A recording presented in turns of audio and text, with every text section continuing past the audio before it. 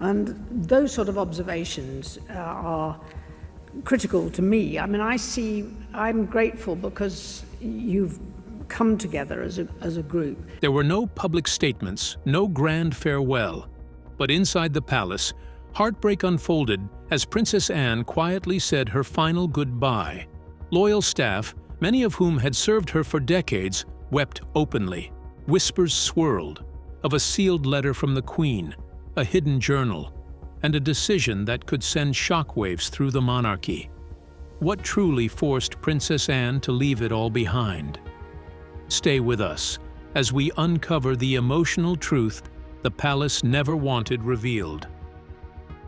The quiet exit that left a palace in tears. There was no grand announcement, no final royal wave, just a quiet morning in Edinburgh, and then she was gone. Princess Anne, the most dependable of the Windsors, slipped away from her longtime residence without a word to the public. Loyal staff, many of whom had been by her side for over 2 decades, were left speechless and in tears. She wasn't just a boss, one longtime housekeeper said, wiping her eyes. She was family.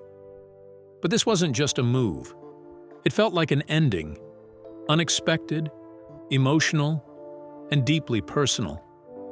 There had been no press release, no speeches, and yet behind closed doors, something powerful unfolded. Anne handed her private secretary a plain envelope just before stepping into the car. Inside, a handwritten note read, "You have been my home." A message so short, yet it carried the weight of everything unspoken. What could have made the famously stoic princess walk away so suddenly from a place she once called her second home? The clues weren't in her farewell, but in what she left behind. In her private study, inside a drawer no one had opened in weeks, lay a simple, worn leather journal. Not royal paperwork, not official correspondence, just a brown book filled with years of deeply personal entries. According to palace insiders, Anne left one strict instruction before departing. The journal was to be delivered directly to her most senior aide. No guards, no interference, just one trusted person. What was written inside has reportedly caused ripples throughout the royal corridors. Each page carried more than just memories. It held raw emotions, unfiltered reflections, and quiet confessions. Observations about palace life. Moments of tension. Loyalty, yes, but also pain and a growing discomfort with what the monarchy was becoming. One sentence in particular stood out. "The day everything changed, I knew I couldn't stay."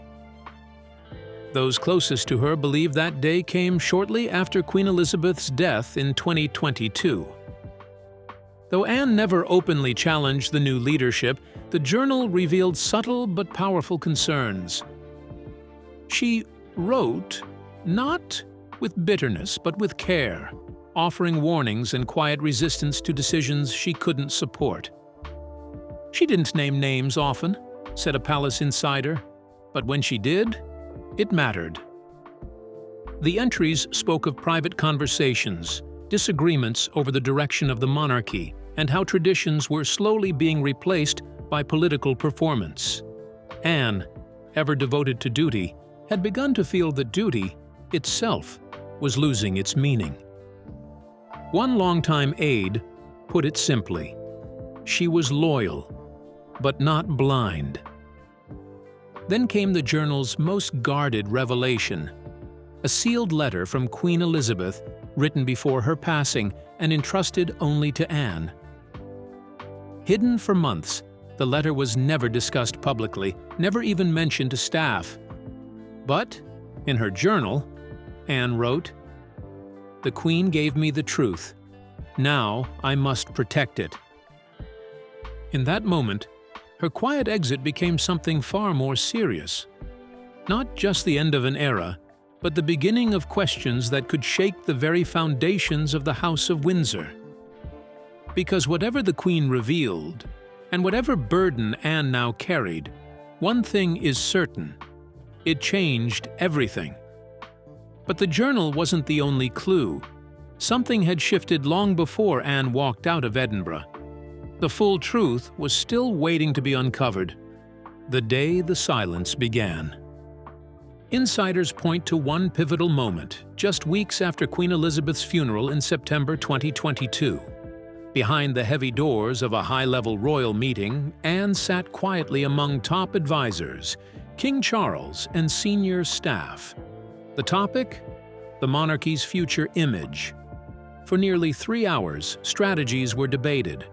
Modernizing the crown, appealing to younger audiences, and reshaping royal roles. One proposal stood out.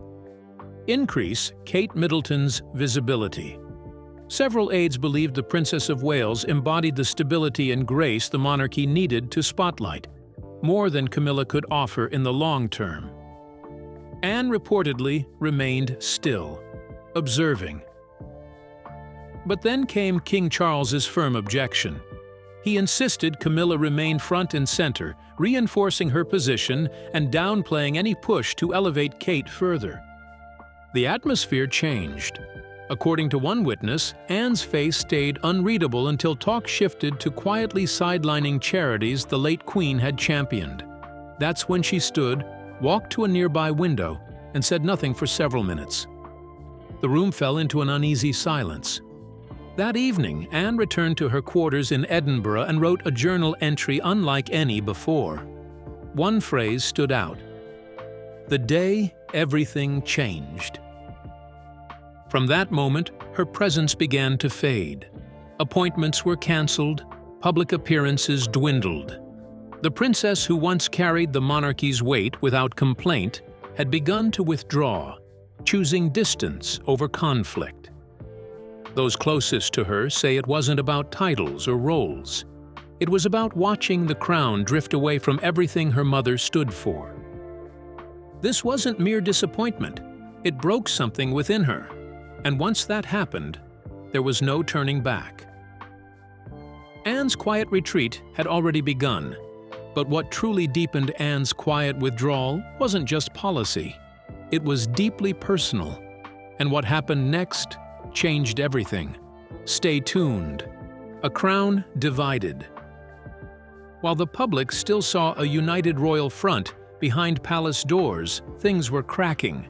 Anne and Charles, once close siblings raised within the same royal walls, had started drifting apart after Queen Elizabeth's passing. Their visions clashed. Anne stood firm on tradition and quiet service, while Charles leaned toward legacy building and public image. Tensions flared, especially around two names, Camilla and Catherine.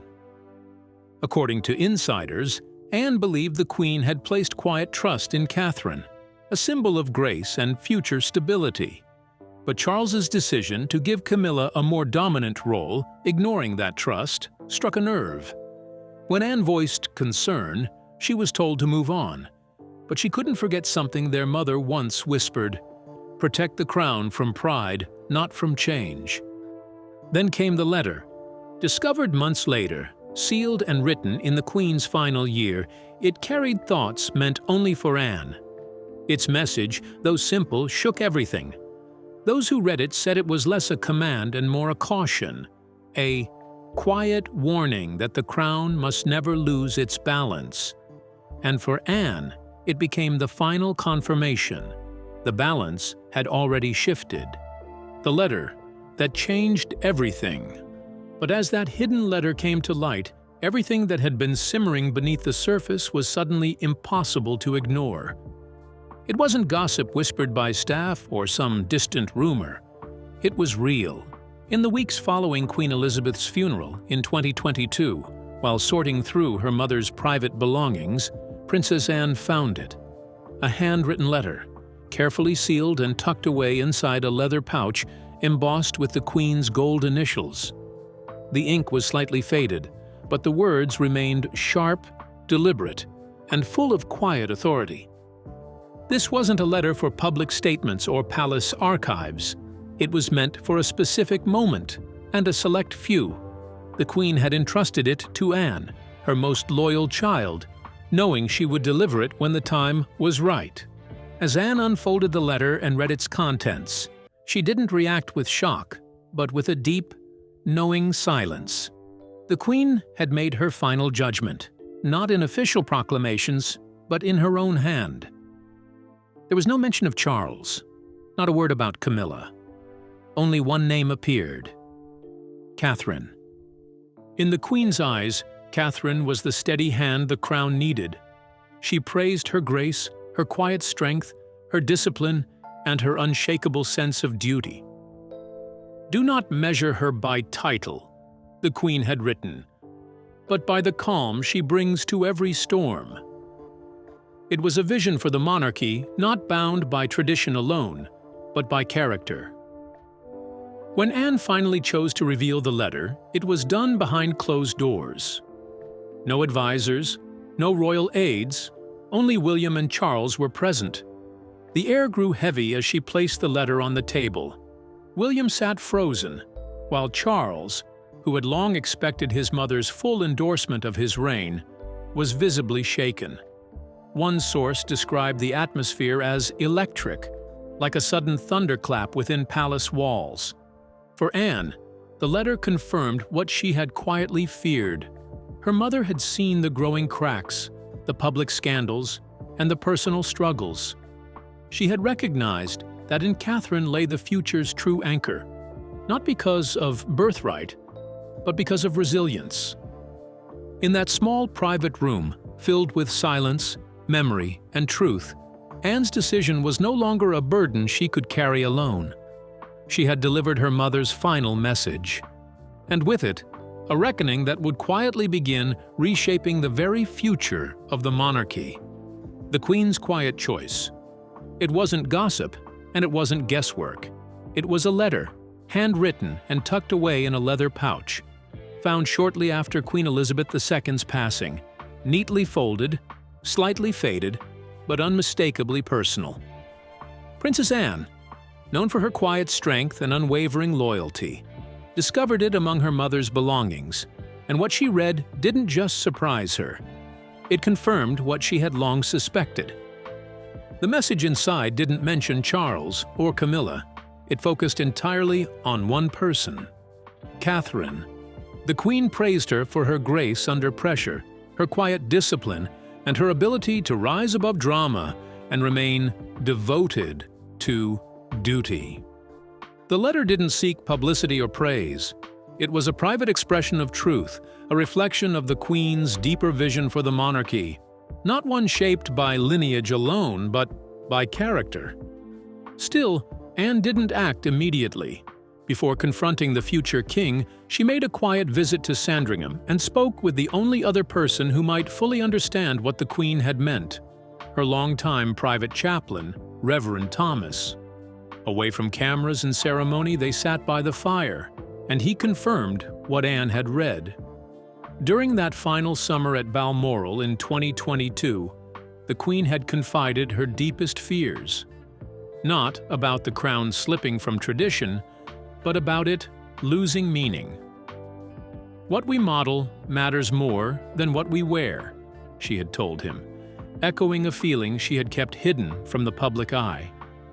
The Queen had admired Anne's resilience, but she saw a mirror of herself in Catherine, quiet, measured, and deeply grounded in service.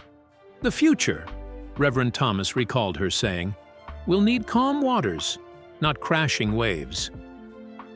These were not just gentle reflections, they were warnings, and Anne knew then the letter was never meant to gather dust. It was meant to change something. So, one evening at Windsor, behind closed doors, Anne did what she knew had to be done. With no staff and no press in sight, she met privately with Charles and William. She said little. There were no raised voices, just one letter placed on a polished table between them. Charles's jaw tightened as he read. William was silent, still. Anne, steady as ever, told them simply, "She trusted me to show you this. She wanted you to know before it was too late." That moment didn't just pass quietly. It changed the rhythm of what was to come. It wasn't a coronation, nor a public declaration. But it was the beginning of a quiet shift, a recentering of the monarchy not around tradition, but around trust. As the letter rested on the table, its message lingered in the room like the final breath of an era. And just like that, the Queen's chosen heir of the heart stepped into view, not with a crown, but with conviction. Catherine, the heir of quiet strength. But as the weight of the Queen's letter settled in that quiet room, all eyes slowly turned to the one person whose name had been written with quiet certainty: Catherine. She never chased the spotlight, yet somehow, Catherine became the steady rhythm the monarchy didn't know it needed. While others clung to titles or headlines, she simply showed up, graceful, consistent, and unshaken. Queen Elizabeth II saw that early on. To her, Catherine wasn't trying to fit a mold, she was reshaping it silently. Not with speeches, but with presence. Not through grand gestures, but with quiet, unwavering service. The Queen's admiration was never public, but it was powerful. "She listens more than she speaks," a palace aide once shared. And in a world that often rewarded noise, Catherine's calm felt revolutionary. Even Anne, who rarely offered praise, grew to respect her deeply, seeing in Catherine the same no-nonsense duty she'd upheld her entire life. So when Anne read the Queen's handwritten letter naming Catherine as the monarchy's true anchor, she didn't hesitate. It confirmed what she had long believed, that the future of the crown wouldn't rest on charisma, but on character. And yet, while Anne found quiet certainty in her mother's words, King Charles reportedly felt something very different: disbelief, and perhaps even betrayal. His name was never mentioned. Only Catherine's was. As the weight of that letter settled over Anne and William, it struck Charles with a force he never expected, one that may have set in motion a royal power struggle still unfolding behind palace doors. And what happens next could change everything. Stay with us. King Charles and Camilla's reaction. For a man who had waited nearly his entire life to sit on the throne, the Queen's private message felt less like a passing of the torch and more like a quiet rejection.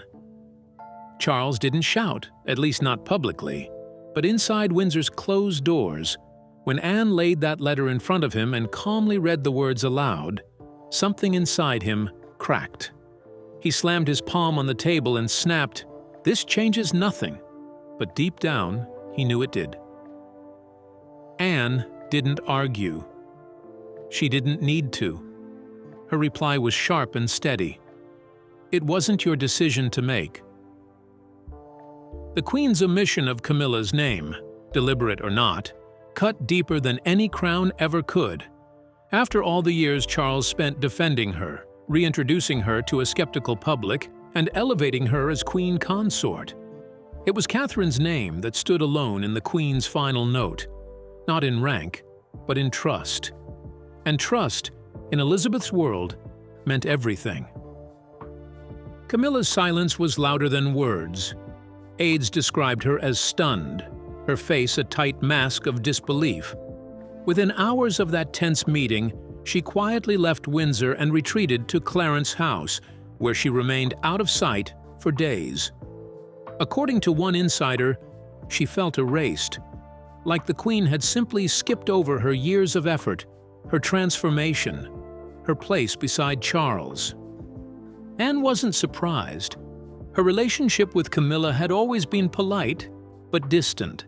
She had long questioned Camilla's growing role in family matters. "It's not about whether she means well," Anne once said privately.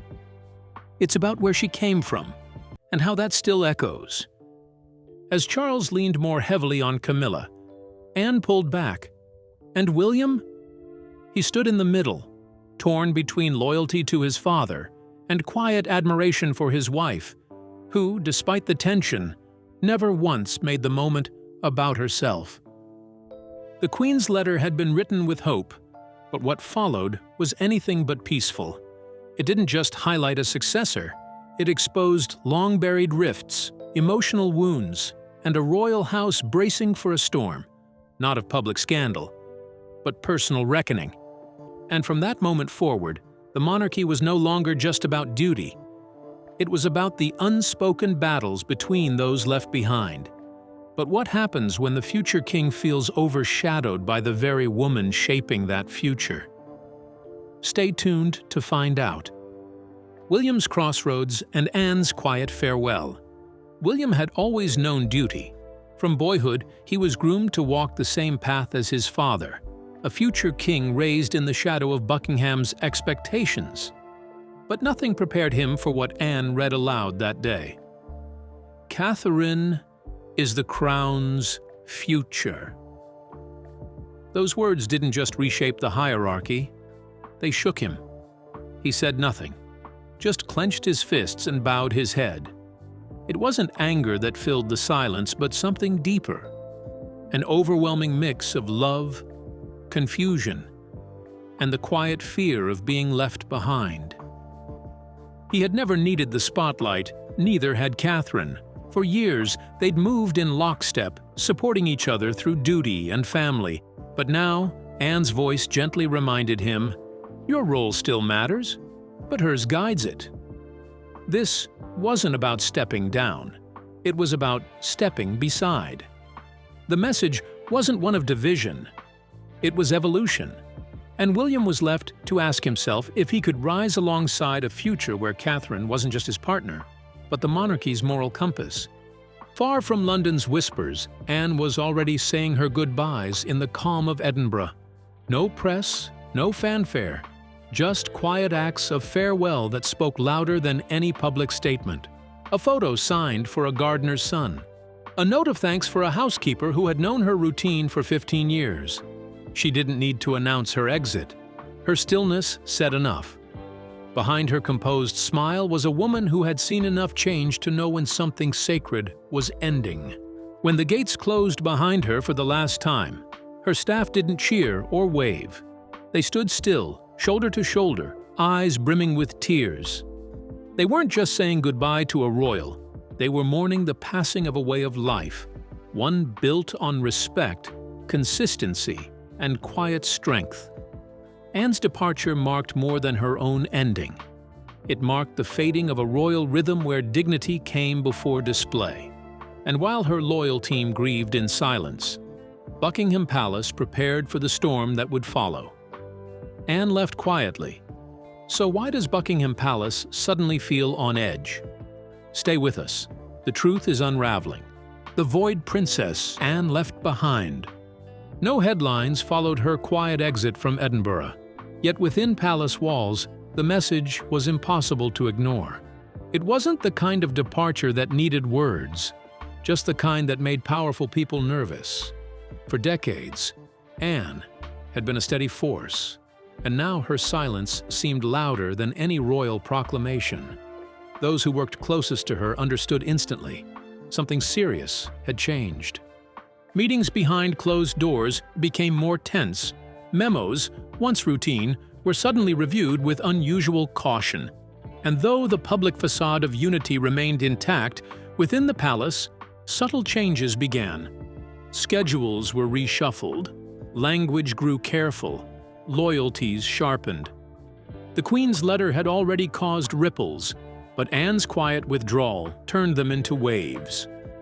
At the center of it all stood two forces: Charles, representing tradition, and Catherine, quietly rising as a new kind of symbol, modern, grounded, and privately backed by both the Queen and Anne. No one dared call it a power struggle, but even the most seasoned courtiers could feel it. Anne hadn't just left her post. She'd triggered a shift the monarchy couldn't ignore. Anne's exit, Catherine's rise, the quiet shift behind palace walls, and with her shadow no longer stretching over the corridors of Buckingham Palace, the real question emerged. Not just who would replace Princess Anne, but how the monarchy would carry on without her silent strength. For over 5 decades, Anne stood as the backbone of the royal calendar, not because she chased headlines, but because she simply showed up, steadily, relentlessly, and without complaint. In a family often tangled in spectacle, she was the constant who measured her value not by press attention, but by presence. Over 400 engagements a year, year after year, and still she made it seem effortless. Her style? No drama, just duty. She wasn't the crown's loudest voice, but she was its clearest compass. But now, that compass is gone, and the gap she left behind is more than logistical. It's emotional. Her departure from Edinburgh didn't cause waves. It revealed the tides already shifting. While King Charles leans heavily on old traditions, the real momentum seems to be forming quietly around Catherine. She hasn't demanded attention, she's earned it. Calm, consistent, and deeply respected, Catherine is becoming more than a consort. She's becoming the face of what the monarchy might need next. Yet with her rise comes a delicate reshuffling. William, long positioned as the heir, must now balance support for his wife with the echo of his father's legacy and the weight of his own place in the line. Meanwhile, inside the palace, loyalties are being reconsidered. This isn't a family feud, it's a recalibration. Anne didn't announce a revolution, she simply stepped away. But her absence has spoken volumes. She reminded everyone that leadership doesn't have to be loud to be powerful. And in doing so, she's passed the baton, not by naming a successor, but by forcing the monarchy to choose one for itself. Because now, the spotlight is no longer optional, and whoever steps into it next will shape what the crown means, quietly, boldly, and without turning back. But what do you think? With Anne gone and Catherine quietly rising, is the monarchy facing a silent revolution or an inevitable evolution? We'd like to hear your thoughts. Don't forget to like and subscribe.